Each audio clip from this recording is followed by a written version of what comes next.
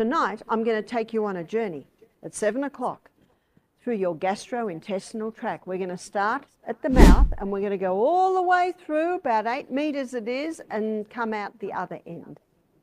And it's a fascinating process. And tonight, I'll go into detail on the lining of the gut. But basically, the lining of the gut looks like this. It's lined with villi. The new cell starts down here, it travels up, and away it goes every 3 to 5 days. So the cells that line the gastrointestinal tract, they're remade every 3 to 5 days. So how come someone with irritable bowel, Crohn's disease, colitis, how come they don't heal in, let's be generous and say 2 weeks? Is that a reasonable question? I'd like to suggest it's very reasonable. And as we looked at previously, they don't heal because they don't know the conditions that that gut requires to heal. And we'll look at those conditions tonight. We have a new skin every month. Do you wonder where the old skin goes? This is one of the reasons we get you to rub the Epsom salts crystals into your skin in the sauna every day, because it rubs off those dead skins.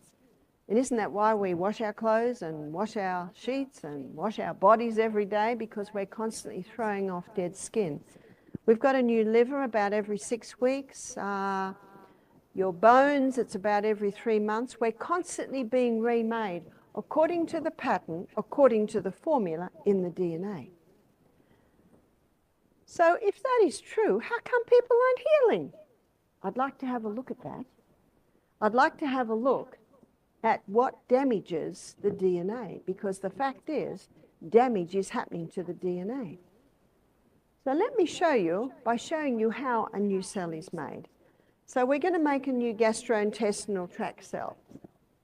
Remember, they're remade every 3 to 5 days. DNA has all the information on how to make a new gastrointestinal tract cell, but we don't want the information on how to make a new eye cell or liver cell.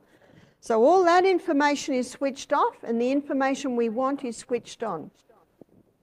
A photocopy is made. It's called RNA. Even though the DNA can be pulled out and curled back in again, it can't leave. And so a photocopy is made called RNA, and it travels down to another section of the cell called ribosome. And ribosome is the little factory where the new cell is made. Science shows us today that there's a literal city inside that cell. There are conveyor belts, there are outboard motors. Did you know that Darwin stated that his theory rested on what they would find out on the inside workings of the cell?